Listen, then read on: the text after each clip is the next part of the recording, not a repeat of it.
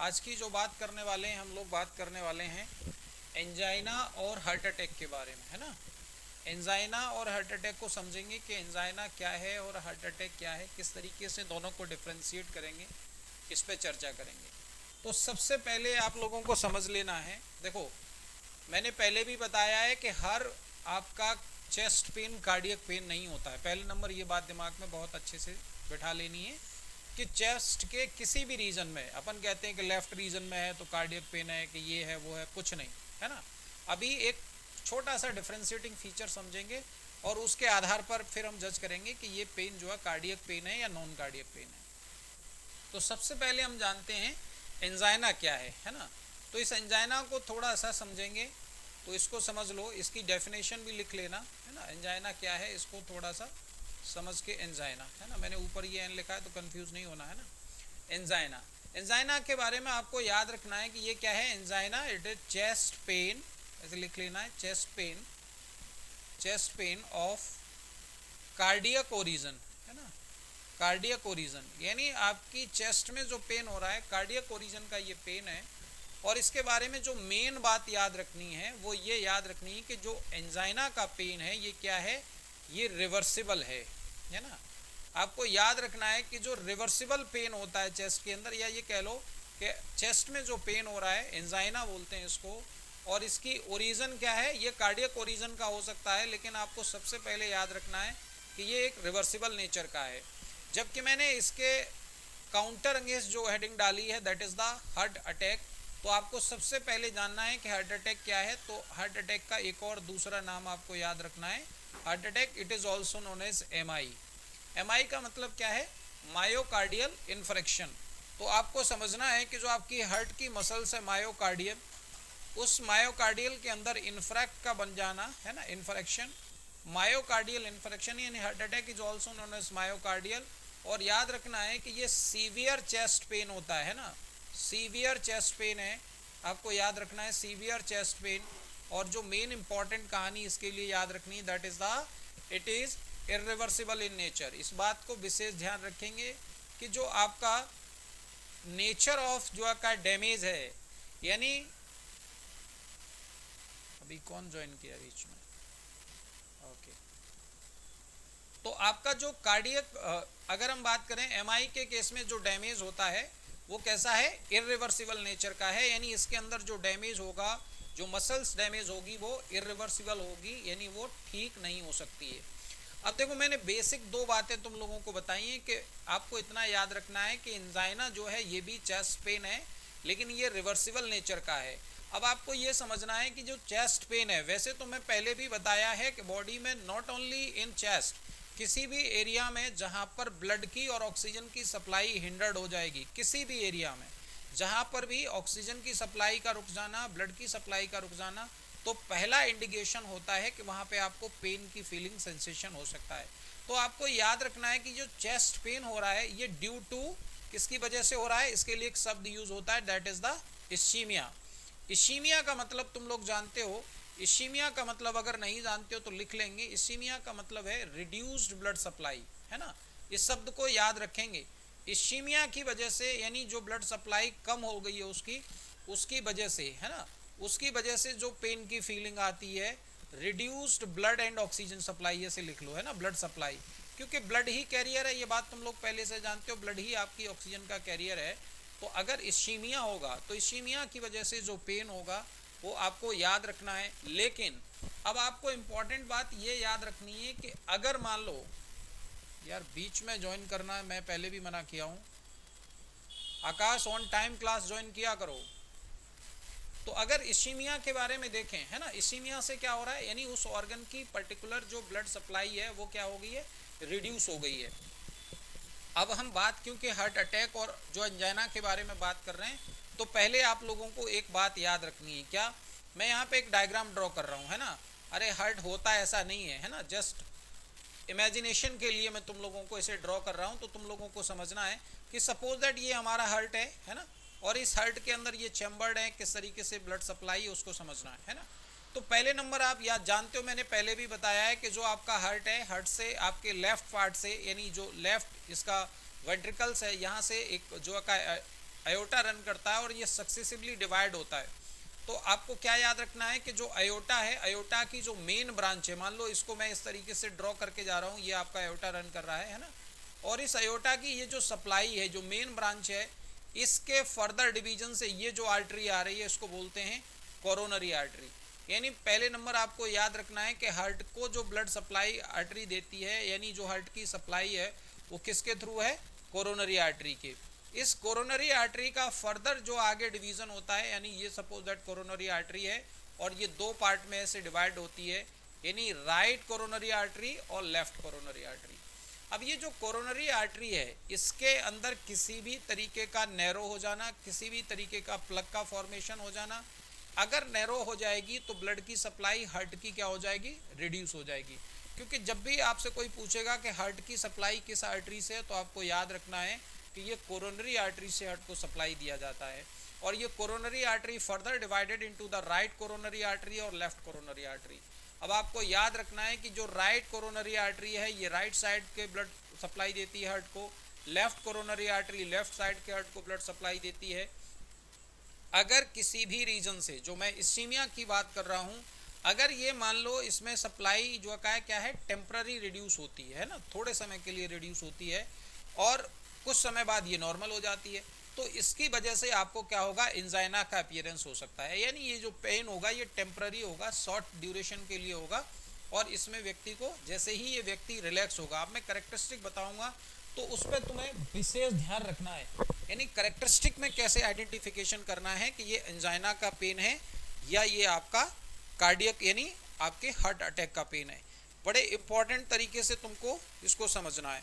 अच्छा, अभी तक एंजाइना के बारे में तुमने सुना होगा कि एंजाइना पेक्टोरिस, एंजाइना पेक्टोरिस, लेकिन इसको आपको कुछ बेसिक बातें याद रखनी है। तो अपन क्या करेंगे कि एक टेबल टाइप बना लेंगे, है ना, यानी इस तरीके से एक तरफ एंजाइना लिख लेंगे और एक तरफ आप लिख लेंगे हार्ट अटैक, है ना, या एम आई। तो यहाँ पे इस तरीके से एंजाइना लिखोगे और इधर लिखोगे एम आई शॉर्ट में, है ना। इसमें डिफरेंशिएटिंग फीचर्स थोड़ा सा मुझे बताना है ताकि ये चीज़ तुमको समझ में आ जाए। देखो, जो एंजाइना का पेन है ना, एंजाइना का जो पेन है ये आपको कब अपीयर होगा, जनरली आपको याद रखना है इट अपीयर, है ना। इसके लिए आपको कुछ बेसिक बातें, इट अपीयर्स, कब अपीयर्स होता है, एट टाइम ऑफ एक्सरसाइज, यानी व्यक्ति एक्सरसाइज कर रहा है, अचानक से उसको चेस्ट पेन हुआ, तो 99% चांस है कि आप जानते हैं कि जब हम एक्सरसाइज करते हैं तो demand of oxygen, demand of blood क्या हो जाती है, इंक्रीज हो जाती है।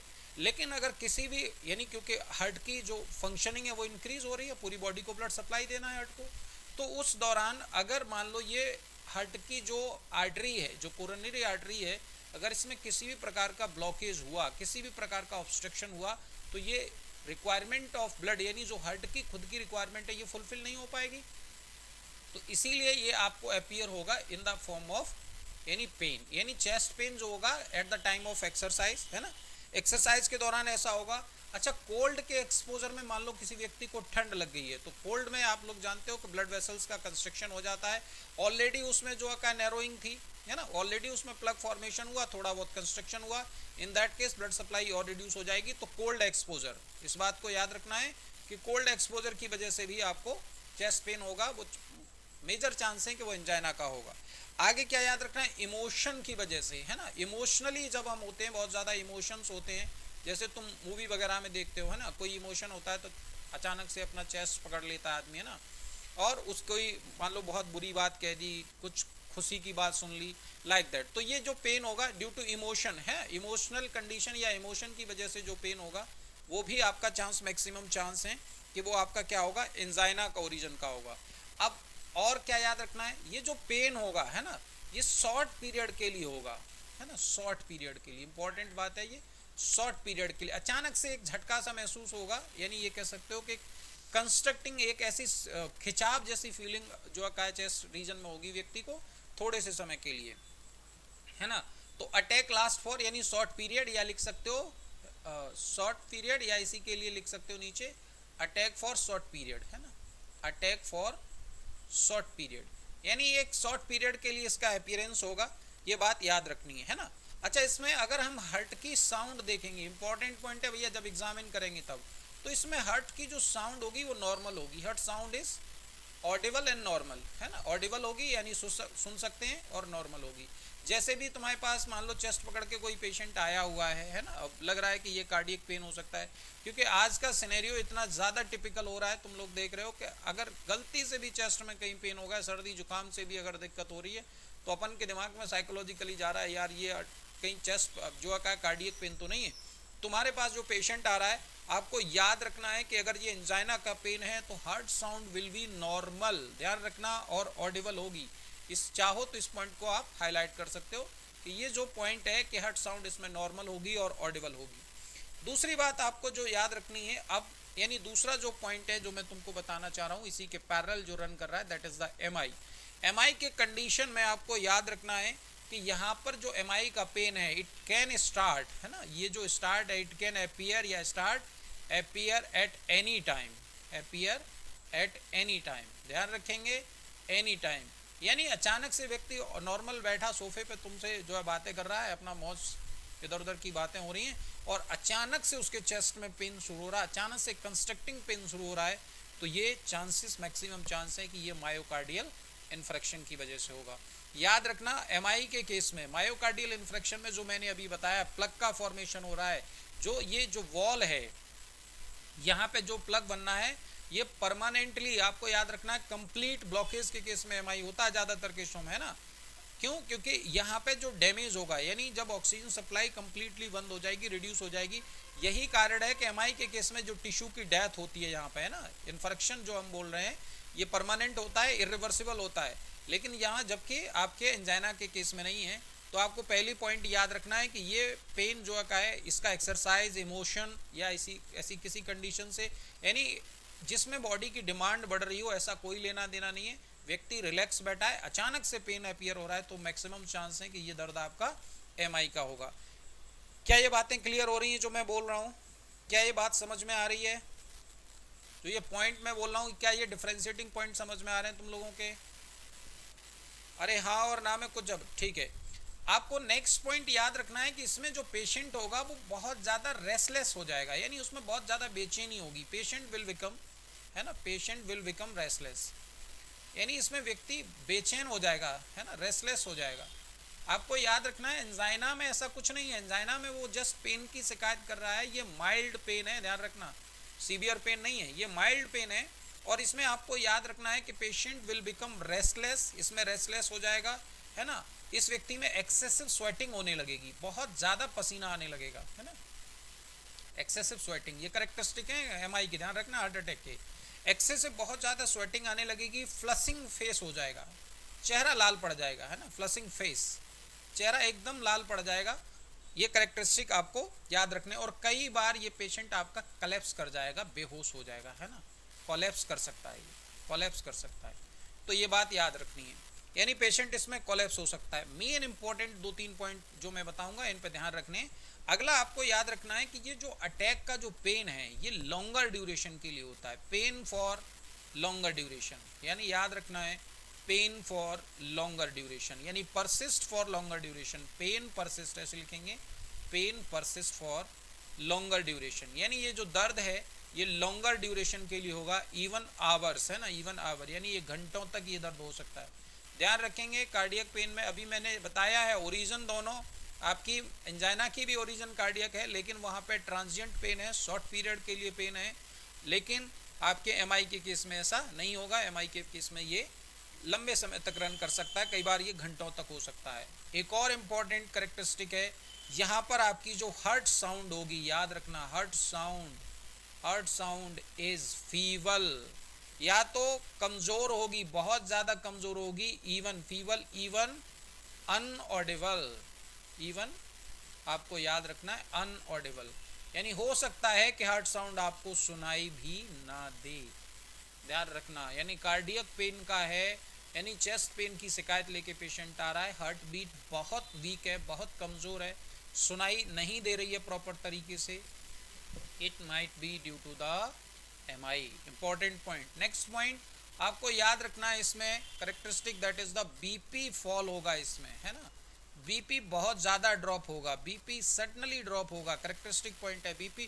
क्योंकि जब भी पेशेंट तुम्हारे पास आएगा तो आप हार्ट बीट है ना, बीपी है, ये हमारे रूटीन चेकअप के लिस्ट में आते हैं। रूटीन जो जिसे अपन वाइटल्स कहते हैं, ये वाइटल्स की लिस्ट में आते हैं। आप बीपी चेक करेंगे, आप हार्ट साउंड को सुनेंगे, अगर ये चीज़ें आपको इंडिकेट कर रही हैं कि भैया ये तो एमआई का केस है, इन दैट केस आपको क्या करना है, उस केस में हमें देर नहीं करनी है।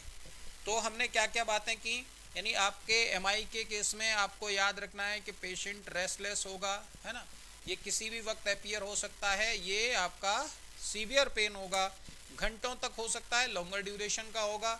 आपको याद रखना है कि इसमें हार्ट बीट फीवल होगी, कमज़ोर होगी, अनऑडिबल हो सकती है, और बीपी का इसमें ड्रॉप सडन होगा। क्या ये बातें क्लियर हो रही हैं? क्या ये बात समझ में आ रही है किस तरीके से हम इन पॉइंट को डिफ्रेंशिएट करेंगे? अरे क्या ये बात समझ में आ रही है?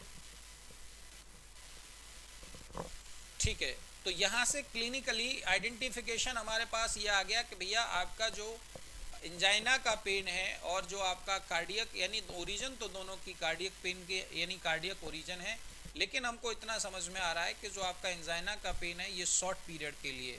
दूसरी जो मोस्ट इम्पॉर्टेंट पॉइंट है, यानी हम लोगों के लिए, हम लोगों इन द सेंस एक जनरल फिजिशियन के लिए जो मेन पॉइंट है, उसको भी आप क्या याद रखेंगे, उसके लिए एक नोट लगाएंगे, है ना, responsibility of a general physician, है ना। मैं लिख नहीं रहा हूँ हेडिंग, लेकिन नोट में आपको याद रखना है।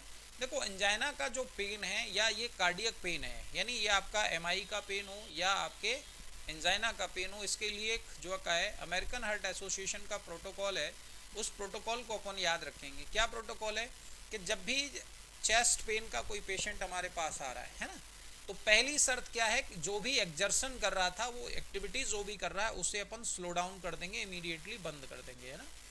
और एक्सर्शन स्टॉप करने पर, एक्टिविटी स्टॉप करने पर अगर इस व्यक्ति को रिलैक्स मिल रहा है, यानी ये आराम की स्थिति में जा रहा है, तब हम जानेंगे कि ये मामला क्या है, ये मामला एंजाइना का है। इसके लिए प्रोटोकॉल जो है वो याद रखना कि जो हम इसमें टैबलेट देंगे तुम्हारे पास, क्योंकि हमारे पास पूरा सेटअप तो होगा नहीं, है ना, जहाँ भी हम एज ए जनरल फिजिशियन बैठे होंगे तो वहाँ पे आपको मेजरमेंट इसके क्या करने हैं, किस तरीके से इसे रेगुलेट करना है, कैसे पहचानना है, इस पर थोड़ा सा ध्यान रखना है।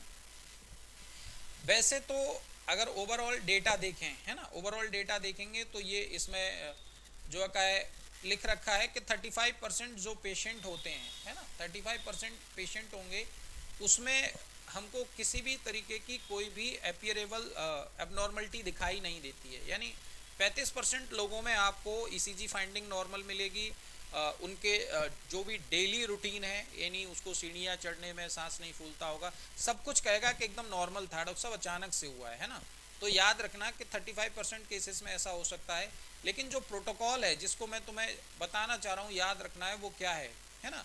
तो जब भी ये either it may be due to the angina और it may be due to the MI, but आपकी जो रिस्पॉन्सिबिलिटी है, यानी जनरल फिजिशियन के लिए जो अमेरिकन हार्ट एसोसिएशन ने प्रोटोकॉल दिया है, उसको एक सेकंड के लिए समझ लेते हैं। यानी जब भी पेन की कंप्लेन लेकर के पेशेंट आपके पास आ रहा है, तो सबसे पहले हमें इसमें क्या करना है कि एक टैबलेट 5 mg में, है ना, 1 टैबलेट ऐसे लिखोगे, है ना, 1 टैबलेट या टैबलेट 1 कैसे भी लिख लो। एक सेकंड में इसे मिटाता हूँ और फिर साफ तरीके से लिखता हूँ। इसमें आपको क्या करना है, इसमें एक टैबलेट आपको नाइट्रोग्लिसरीन की, है ना, नाइट्रोग्लिसरीन 1 टैबलेट ऑफ नाइट्रोग्लिसरीन, और कितने में, 5 mg में, याद रखना 5 mg नाइट्रोग्लिसरीन आपको देनी है ना, बिलो द टंग। अब ये टैबलेट कहाँ देनी है, एक टैबलेट देनी है बिलो द टंग, यानी उसको आप जब इस टैबलेट को देंगे, जो भी कार्डियक पेशेंट आपने कभी देखे हों, एक हार्ट के नुमा, एक हार्ट के शेप में टैबलेट अवेलेबल है।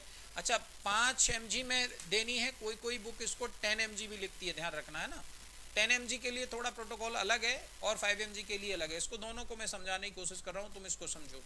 तो ये जो नाइट्रोग्लिसरीन है, इसको क्या करेंगे, उस टैबलेट देंगे व्यक्ति को और उससे कहेंगे भैया इस टैबलेट को अपनी जीभ के नीचे दबा लो। जैसे ही ये जीभ के नीचे दबाएगा नाइट्रोग्लिसरीन को, अगर आप फार्मा के पॉइंट ऑफ व्यू से पढ़ रहे हो तो आप जानते हैं कि आपका जो नाइट्रोग्लिसरीन है इट इज़ ए वेसोडाइलेटर।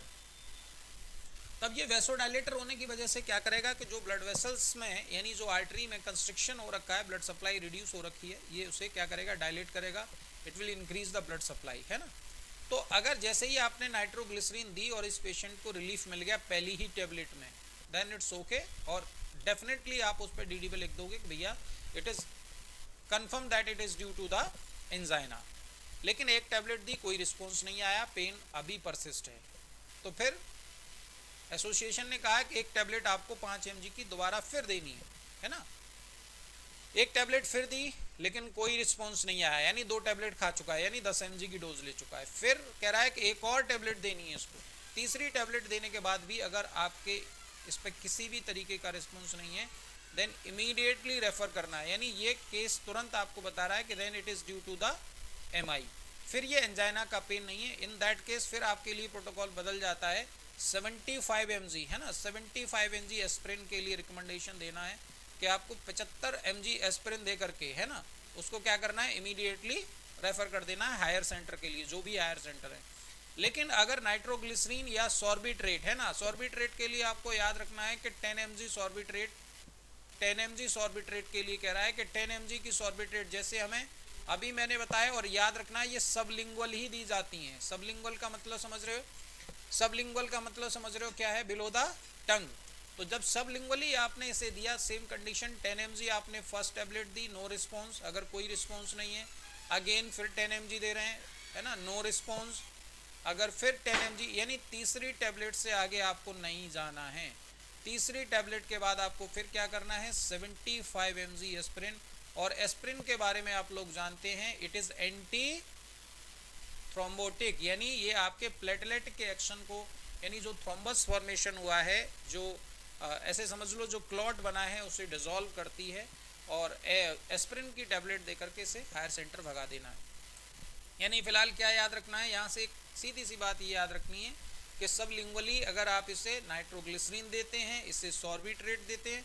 अब सॉर्बिट्रेट में मोनोसॉर्बिट्रेट और डाइसॉर्बिट्रेट है ना, आपको याद रखना है कि मोनोसॉर्बिट्रेट या डाइसॉर्बिट्रेट कोई भी देते हैं, है ना, नाइट्राइट देते हैं, नाइट्रोग्लिसरीन देते हैं, आपको याद रखना नाइट्राइट, नाइट्रोग्लिसरीन, एमाइल नाइट्राइट, ये सभी क्या हैं, ये सभी वेसोडाइलेटर हैं भैया, ध्यान रखना। तो ये ब्लड वेसल्स डायलेट होने पर अगर रिस्पॉन्स मिल रहा है, पेशेंट रिलैक्स हो रहा है, तब आप जान जाएंगे कि ये एंजाइना की वजह से है। लेकिन MI का पेन होगा, ध्यान रखना, इसका कोई फंक्शन नहीं है। MI के केस में फिर आपके हाथ में कुछ नहीं है। उस केस में हमारे पास एस्प्रिन आपकी पहली चॉइस है। एस्प्रिन के अलावा अगर आप अच्छे सेंटर पे हैं, अच्छी जगह पे हैं, तो इसमें स्ट्रेप्टोकाइनेज इंजेक्शन मार्केट में अवेलेबल है। उस केस में हम स्ट्रेप्टोकाइनेज, है ना, स्ट्रेप्टोकाइनेज का इंजेक्शन दे करके इमीडिएटली इसे हायर सेंटर के लिए रेफर करते हैं। क्या ये बात समझ में आ रही है? यानी एक नॉर्मल आदमी का, एक नॉर्मल फिजिशियन का जो रोल है वो तुम्हें समझ में आ रहा है क्या करना है। क्यों, इसका रीजन समझ लो, क्योंकि यहाँ पे जो डैमेज हो रहा है, यहाँ पर जो वॉल, जो हार्ट की वॉल का डैमेज हो रहा है, उसकी जो डेथ हो रही है, मैंने पहले ही लिख दिया है कि वो आपकी इरिवर्सिबल नेचर की है। तो जितनी जल्दी हो पाएगा उतनी इसके मसल्स के डैमेज होने के चांस क्या होंगे, कम। यानी अपन उसमें सर्जिकली इंटरवेंशन समय पर अगर कर देंगे तो जान बचने का चांस ज़्यादा हो जाएगा। क्या बात क्लियर हो रही है मैं क्या कहना चाहता हूँ? यानी अटैक के दौरान आपको पेशेंट को किस तरीके से कंट्रोल करना है, एज ए जनरल फिजिशियन आपका क्या रोल हो सकता है, ये बात समझ में आ रही है? अरे क्या बात समझ में आ रही है भैया? हाँ, तो आपको सबसे पहले याद रखना है कि जो भी एक्सर्शन कर रहा था उसकी हिस्ट्री लेनी है, क्या करके आ रहे हैं भाई साहब, है ना। अगर वो किसी फिजिकल एक्सरसाइज करके आ रहा है, कोई इमोशनली ड्रिवन है, उसको बताया कि हमारा लड़का मार पीट के गया, हमको समझ लो इमोशनली ड्रिवन है ना, पता चला हमारा, खैर छोड़ो जो भी है ना। तो तुम लोग देखते हो मूवी में, तो वहाँ पे उसका सीधा सा मतलब ये है कि आपको हिस्टोरिकली ये जान लेना है कि भैया इसके पीछे क्या घटना हुई है, और आपके जो मेन स्टेप हैं कि आपको जो गतिविधि वो कर रहा था वो रिड्यूस कराइए। अगर आराम मिल रहा है तो अपन डेफिनेटली कह देंगे कि भैया ये मैटर किसका है, ये मैटर आपका एंजाइना का है, रिड्यूस ब्लड सप्लाई का है।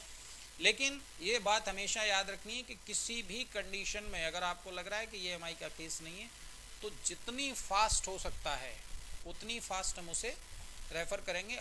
अननेसेसरी की कोई भी फॉर्मेलिटी पूरी करने की कोशिश नहीं करेंगे। क्यों? क्योंकि आप जितने लंबे समय तक उसको रोकेंगे उतने ज़्यादा चांस उसके क्या होते चले जाएंगे, कम होते चले जाएंगे। क्यों? क्योंकि यहाँ जो डैमेज हो रहा है वो पहले ही हमने लिखा है कि वो इरिवर्सिबल नेचर का है। ठीक है, चलो अब मायोकार्डियल इन्फ्रेक्शन और एंजाइना पेक्टोरिस को तुम लोग पहचान पाओगे, यानी क्या डिफरेंशिएटिंग फीचर्स हैं, किस तरीके से चीज़ों को करना है। अरे क्या बात समझ में आ रही है? ठीक है, तो ये बात याद रखनी है कि दोनों ही कंडीशन, चाहे वो एंजाइना की कंडीशन हो, चाहे आपकी एनीमिया सॉरी चाहे वो आपकी एमआई की कंडीशन हो, इन दोनों के लिए सबसे पहले जो रिस्पॉन्सिबल करेक्टर है वो आपका क्या है, वो इस्कीमिया है, रिड्यूस ब्लड सप्लाई है, और किस तरीके से आपको मैनेज करना है ये बात आप लोगों को समझ में आनी चाहिए। अच्छा, अब मैं तुम लोगों को जो है क्या है लेके चलता हूँ इसके कुछ डायग्नोसिस या कुछ एग्जामिनेशन की तरफ। अच्छा, कितने ऐसे लोग हैं जो इस हार्ट अटैक को थोड़ा बहुत पहले पढ़े हैं, कभी जाने हैं कि क्या है ये? क्या इसके कोई और कैरेक्टरिस्टिक हो सकते हैं? कुछ और पहचान तुम लोग बताना चाहोगे अपनी तरफ से? अरे इतनी सारी चीजें तुम देखते हो, अपनी तरफ से कुछ बताना चाहोगे?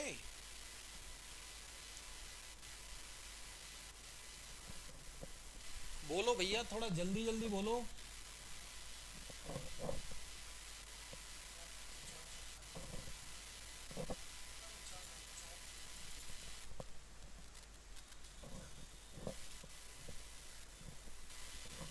अरे बोलोगे कि नहीं? अभिज्ञान,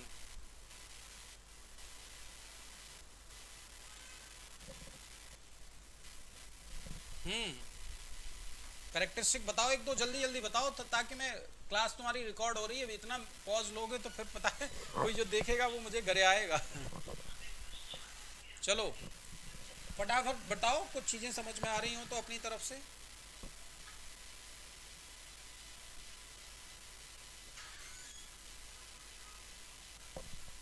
इतना दिमाग नहीं चल रहा है? अरे ये सारी चीजें करेक्टरिस्टिक मैंने पहचानने के बताए तुमको, इसके अलावा क्या क्या चीजें हो सकती हैं जिन, मान लो एक तो ये तो हमने फाइंडिंग तुमको बताई, इसके अलावा तुम क्या क्या चीजें ऑब्जर्व कर सकते हो, यानी कैसे लोगों में, बहुत सारी चीजें ना कि किस कौन से व्यक्ति में इसके चांस ज़्यादा हैं, अकरेंस के चांस किन लोगों में ज़्यादा है। मान लो पेशेंट तुम्हारे सामने आ रहा है, हिस्ट्री बता रहा है वो, तो तुम उसे पूछोगे तो सही कि कम से कम उसकी एज देखोगे, एज क्या है ना, एज के साथ साथ में उसकी एक्टिविटीज़ क्या है ना, कैसी डाइट है उसका, क्या शेड्यूल है, ये सारी चीज़ें देखोगे। इसके आधार पर नहीं जज कर पाओगे कुछ, इसके आधार पर भी तो कुछ पढ़ा होगा। कार्डियक डिजीज़ के लिए कौन से लोग ज़्यादा प्रोन होते, कौन लोग प्रोन होते हैं, ये पूछना चाहिए। कौन? हाँ बता। हाँ ठीक है, पहला करेक्टरिस्टिक मेल ज़्यादा प्रोन होते हैं, ठीक है भैया, मेल मोर प्रोन होते हैं, ठीक है। आगे और बताओ जल्दी जल्दी। ठीक है, इन्होंने कहा कि मिडिल एज के इंडिविजुअल्स होते हैं, मिडिल एज, ठीक है, मिडिल एज, ठीक है। आगे बोलो जल्दी जल्दी। पेन, अरे वो तो करेक्टरिस्टिक, हाँ रेडिएटिंग पेन, चलो ठीक है, यानी ये बता रहे हैं, अभी उस पर बात करेंगे है ना, रेडिएटिंग पेन पे भी हम बात करेंगे। रेडिएटिंग पेन यानी जो आपका चेस्ट पेन है, ये बताना चाह रही है बेसिकली कि जो लेफ्ट शोल्डर जॉ में आपका पेन जा रहा है, यही कहना चाह रहे हो ना कि लेफ्ट शोल्डर में जॉ में अगर पेन रेडिएट कर रहा है ना, यही कहना चाह रहे हो कुछ और? ठीक है चलो आगे बताओ, और आगे और बताओ, और क्या कहना चाह रहे हो, और क्या करेक्टरिस्टिक देखोगे? बेसिकली ये बताओ कि किन किन लोगों में चांस ज़्यादा होंगे इसके कार्डियक डिसऑर्डर के, तो फटा। ओबेसिटी, ठीक है, इन्होंने एक पॉइंट बोल दिया, जो ओबीज होगा, ओबेसिटी होगी उसमें ज़्यादा होगा, और ओबेसिटी के अलावा ठीक है हाई कोलेस्ट्रॉल, ठीक है, बहुत अच्छा पॉइंट बताया, हाई कोलेस्ट्रॉल जिनमें होगा उनके अंदर चांस ज़्यादा होंगे। और बताओ स्मोकिंग से इसका कोई लेना देना है? स्मोकिंग जो ज़्यादा करते होंगे उनमें डायरेक्टली बहुत ज़्यादा होगा, है ना। स्मोकिंग पे कभी चर्चा करेंगे तब बताएंगे। स्मोकिंग के साथ साथ में अल्कोहल कंजप्शन करने वाला जो व्यक्ति होगा उसमें इसके चांस ज़्यादा होंगे। जो व्यक्ति स्ट्रेस में रहता होगा, बहुत ज़्यादा तनाव में रहता होगा, स्ट्रेस के चांस ज़्यादा बढ़ जाएंगे। यानी ओवरऑल ये सारी चीज़ें आपको कहीं ना कहीं ये इंडिकेट कर रही हैं कि कार्डियक डिजीज़ के क्या क्या रीज़न हो सकते हैं। क्या बात क्लियर हो रही है? कार्डियक डिसऑर्डर के क्या क्या रीजन हो सकते हैं, ये बात समझ में आ रही है। यानी अगर कोई कोलेस्ट्रॉल का कंजप्शन, यानी कोलेस्ट्रॉल बॉडी में ज़्यादा है, स्मोकिंग करता है, अल्कोहल कंजप्शन करता है, स्ट्रेस में रहता है, ओबीज है, ये सारी चीज़ें जो है। अच्छा, इसमें एक इन्होंने पहला पॉइंट बताया मेल, है ना, मेल ज़्यादा है ना। जैसे अगर तुम लोगों ने तैयारी के दौरान भी अगर पढ़ा होगा डिटेल में थोड़ा सा, तो तुम लोगों ने पढ़ा होगा कि जो हमारे यहाँ पे हाँ, एस्ट्रोजन, बड़ा इंपॉर्टेंट पॉइंट बताया है इन्होंने। लेकिन इस पे देखो मैं डिटेल पे कभी इस पे चर्चा करूंगा। वैसे जल्दी मैं इस पे एक बहुत अच्छा वीडियो शूट करने वाला हूँ, है ना, अभी तो नहीं लेकिन जल्दी। एस्ट्रोजन ये जो परसेप्शन है ना मेल और फीमेल वाला, ध्यान रखना भैया, ये मीनोपॉज तक ही होता है। मीनोपॉज के बाद मामला दोनों में बराबर है, बल्कि फीमेल में बढ़ जाता है खतरा, है ना। तो ये जो याद रखना, मेल की जो प्रोनिसिटी बताई जा रही है कि मेल ज़्यादा प्रोन है, ये तब तक है जब तक फीमेल किस में है, अपनी फर्टाइल एज में है फीमेल। क्यों? क्योंकि फर्टाइल एज में जब ईस्ट्रोजन होता है, ईस्ट्रोजन का जो एक्शन है वो क्या है, ईस्ट्रोजन का एक्शन ये है कि भैया ये आपकी जो ब्लड वेसल्स हैं उसमें क्या नहीं होने देता है, कोलेस्ट्रॉल के डिपोजिशन को नहीं होने देता है ना। तो ये केवल याद रखना है कि फीमेल्स में अप टू, यानी आपको याद रखना है कि जब तक उसकी फर्टाइल एज है तभी तक है ऐसा, उसके बाद नहीं है ना। उसके बाद ऐसा, ये क्या कर रहे हो, है ना, इसके बाद जो है ऐसा नहीं है, ठीक है। इसको ध्यान रखना है कि जो फीमेल्स हैं, फीमेल्स में आफ्टर मीनोपॉज लगभग चांस बराबर ही हो जाते हैं, है ना, मेल और फीमेल बराबर रन होते हैं। तो देखो इसमें मिडिल एज में होता है ये रेडिएटिंग पेन वाला पॉइंट हमने चलो लिख लिया, लेकिन इसका अभी मतलब नहीं था। ओबेसिटी, अच्छा ये बात हो रही है जो है क्या है इसके प्रोमिनेंस कैरेक्टर की, यानी कौन लोग इसके प्रोमिनेंट हो सकते हैं। अच्छा, अब तुम अपनी तरफ से क्या क्या चीज़ें ऐसी जो है कर सकते हो, है ना, जिनसे ये चांस रिड्यूस हो जाए। यानी हमारे पास जो ये कह सकते हो कि जो ऑप्शन है ना, तरीके हैं, वो मैंने इसके लिए अलग से एक पीपीटी बनाई थी, तुम लोगों को जो है मैंने शेयर नहीं किए, चाहो तो मैं इसे शेयर कर देता हूँ, है ना अभी।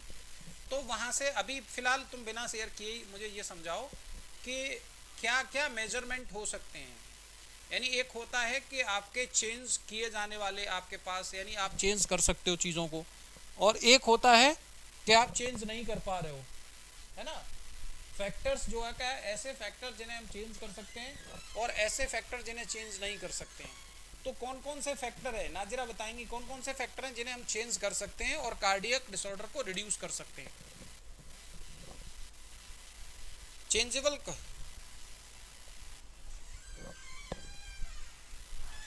यानी ठीक है, इन्होंने पहला करेक्टर बताया, देखो जो चेंजेबल फैक्टर है ना, factor that can be change, ऐसे करके हेडिंग डाल सकते हो, है ना, फैक्टर कैन बी चेंज।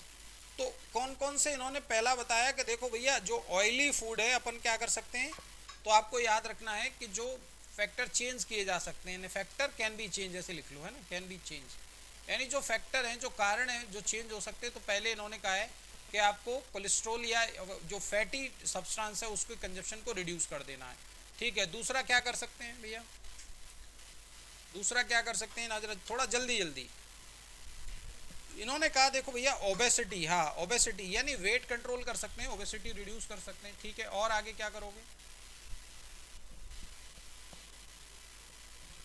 ठीक है भैया, ये जो हमारी स्मोकिंग है ना, अल्कोहल कंजप्शन है, जो भी बैड हैबिट है इनको अपन छोड़ सकते हैं, ठीक है। और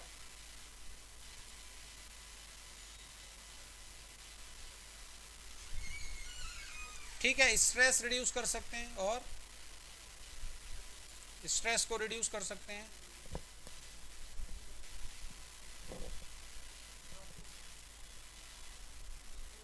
ठीक है भैया। सेडेंट्री लाइफस्टाइल को त्याग सकते हैं, यानी एक्सरसाइज इन्वॉल्व कर सकते हैं, है ना, ठीक है, एक्सरसाइज इन्वॉल्व कर सकते हैं। और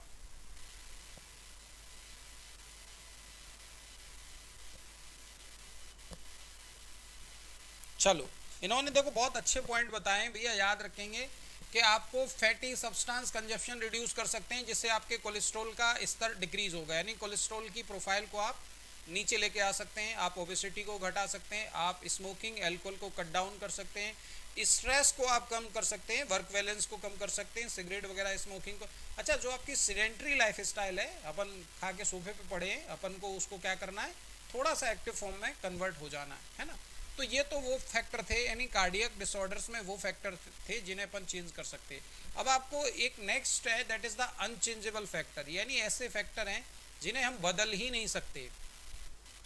अनचेंजेबल फैक्टर में आपको एक पॉइंट बताओ भैया, अनचेंजेबल अविज्ञान कौन से ऐसे पॉइंट हैं जो कार्डियक डिसऑर्डर में यानी ये चीज होंगी, इन पर हमारा कंट्रोल नहीं है, कौन कौन से ऐसे फैक्टर हैं?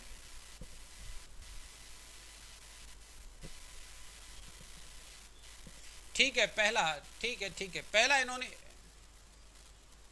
ठीक है पहला पॉइंट इन्होंने देखो बताया कि भैया एज है, इस पर हमारा कंट्रोल नहीं है, उम्र बढ़ेगी, एज एज इंक्रीजेस, ऐसे लिख लेंगे, एज एज इंक्रीजेस, जैसे आपकी एज बढ़ेगी, एज इंक्रीजेस, चांसेस ऑफ है ना, जैसे chances of cardiac disorder increase है ना, चांसेस ऑफ कार्डियक डिसऑर्डर क्या होंगे, इंक्रीज होंगे।